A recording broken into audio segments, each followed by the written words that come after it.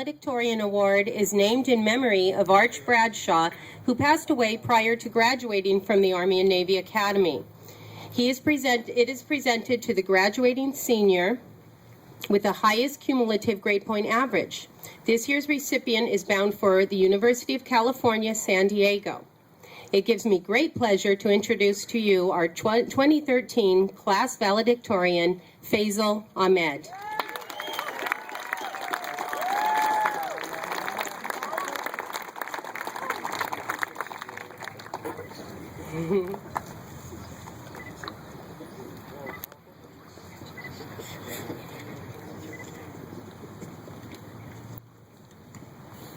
Good afternoon.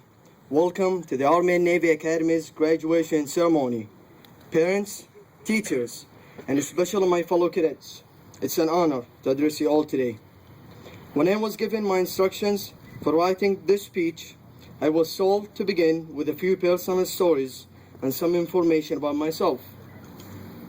Great. Now, not only will 1,000 people think I'm a geek, but they will think I'm a boring geek, as people always seem boring when they talk about themselves. That being said, I will make this as short as possible and attempt to be at least a bit more entertaining than Mr. Hawkins' lessons. You know, I'm just joking, Mr. Hawkins. I loved your class. I stand before you today, in a large part because of my parents. From a young age, my parents taught me to demand excellence of myself and others. They taught me to enjoy hard work. I remember spending 12 to 16 hours a day working in the family bakery, helping to prepare different breads and managing the younger employees. While these long days spent in the bakery were not always fun, but they definitely made studying for 8, 10, or even 12 hours like an elementary task in comparison. And while I did not appreciate it at the time, on top of those long hours I spent studying, my mom would make up worksheets for me to help to accelerate my learning. As many of you know, I grew up in Saudi Arabia and came to the United States as a teenager who spoke very limited English. Thus, not only did I have to master math, science, and history like other students, I also had to master a new language and embrace a new culture. How did I do this? By doing exactly what my parents taught me to do. I worked hard. I spent hour after hour in the library with tutors to master materials I was struggling with. Does anyone here know who the notorious B.I.G. is? Yeah. Exactly. He's a quite famous rapper. Did you know he has a lot in common with my dad? Well, maybe not that much, but they both told me that if I work hard, the sky is the limit, and that is true for both me and you. My fellow cadets, in the past 4 years we have learned algebra, geometry, and calculus. We have mastered chemistry, biology, and history. Also, we have learned integrity, leadership, respect, and responsibility. 4 years ago, we were boys. Now we are men. We are men prepared and eager to help solve the problems facing humanity today. Some of us will become professors, some of us engineers, others will be doctors or lawyers, and still others businessmen. Yet, we will all, in our way, be leaders and agents of positive change in this world. As an aside, I personally desire to be an engineer.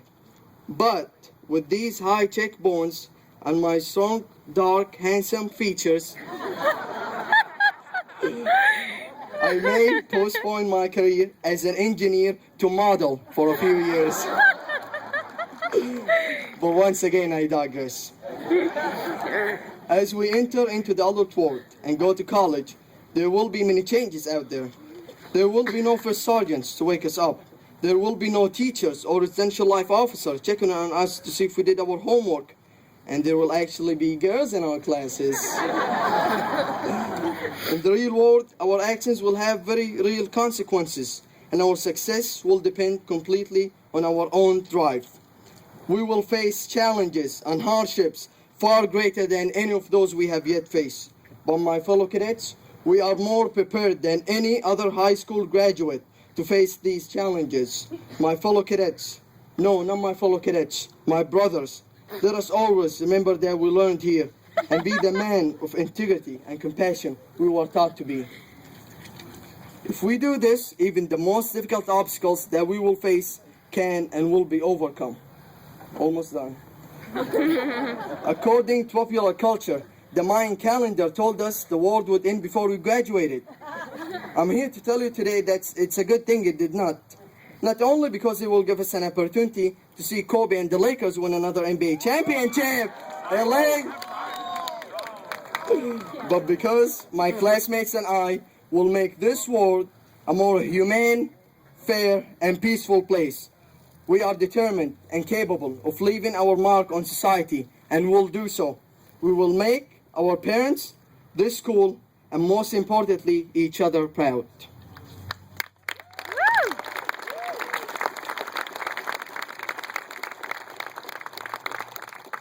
I desire to end this speech with a few thank yous. I would once again like to thank my parents, teachers, and tutors for all of their time and efforts. I may very well not be standing here today without them. I thank the residential life officers and the JROTC department for teaching me how to lead by example. I would like to thank Captain BQ Tranthian. Sir, it was an honor serving as a commanding officer for your company Bravo, and it was an opportunity that I will never forget. I would also like to thank my aunt Helen for her support. She made my transition to living in America as seamless as possible. Finally, I would like to thank all the parents and family members of these cadets sitting here before you. You have raised excellent young men and the future leaders of this world. Last but not least, I would like to acknowledge my family who is here today and flew all the way from Saudi Arabia, all of my friends who came here to support me. Please forgive me as I take a moment to thank them in our native language. شكرا جايتكم عندي بالدنيا كلها. ما كنت أقدر أكون هنا من غيركم. يا ريت سيد الله يرحمه كان معانا.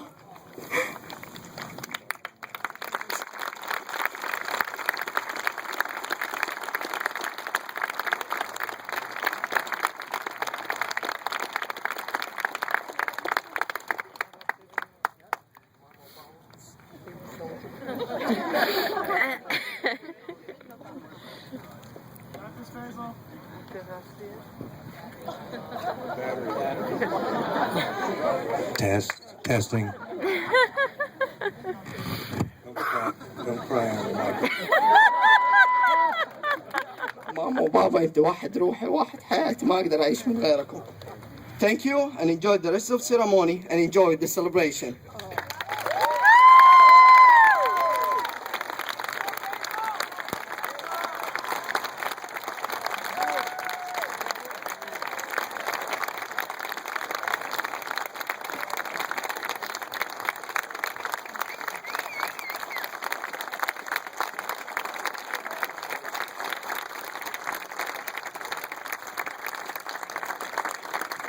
Great